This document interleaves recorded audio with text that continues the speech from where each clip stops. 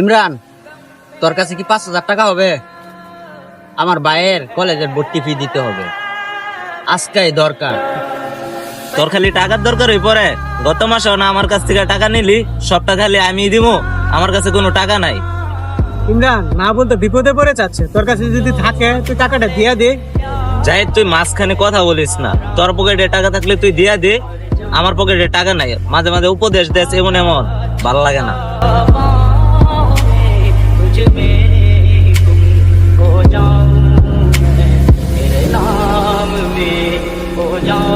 তোর লগে বইলেই খালি টেহা টেহা আর যা যা আমগা।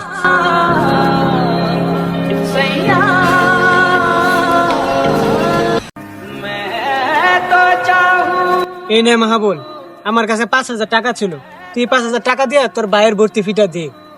জাহিদ, তুই এই টাকাটা কোথায় পেলি? তোর না নিজের পরীক্ষার ফি দেওয়ার কথা? আরে আমার এখনো পরীক্ষা ফি দিতে আরো 2 দিন বাকি আছে, আমি আমারটা ম্যানেজ করে নেবো, তুই তোর ছোট ভাইয়েরটা আগে দে। ধন্যবাদ বন্ধু।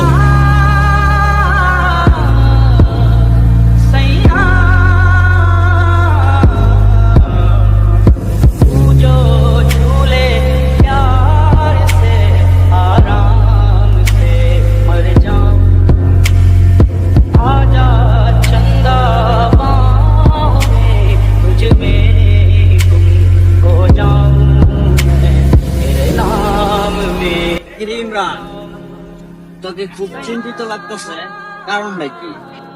আসলে আমার মানি ব্যাগটা হারিয়ে গেছে আজকে। মানি ব্যাগের ভিতরে কিছু টাকা ছিল এবং এই বাইকের আমার কাগজপত্র ছিল দরকারি। এখন চিন্তা করতেছি এই নিয়ে। আরে কি বলি, থানায় ডায়েরি করিসনি? জাহিদ, তোর সাথে না ওই দিনকে খারাপ ব্যবহার করছি, ওর পরে তুই আমার নিয়ে চিন্তা করস? ইমরান, তুই যে সেদিন সাহায্য করিসনি, জাহিদ কিন্তু তোকে পরবাবিনি। জাহিদের যে ফিসের টাকা ছিল সেটা কিন্তু আমাকে দিয়ে দিছে। আমাকে ক্ষমা করে দে জাহিদ, আমি খুব অহংকার করছিলাম। আজ বুঝতে পারলাম বন্ধু কাকে বলে।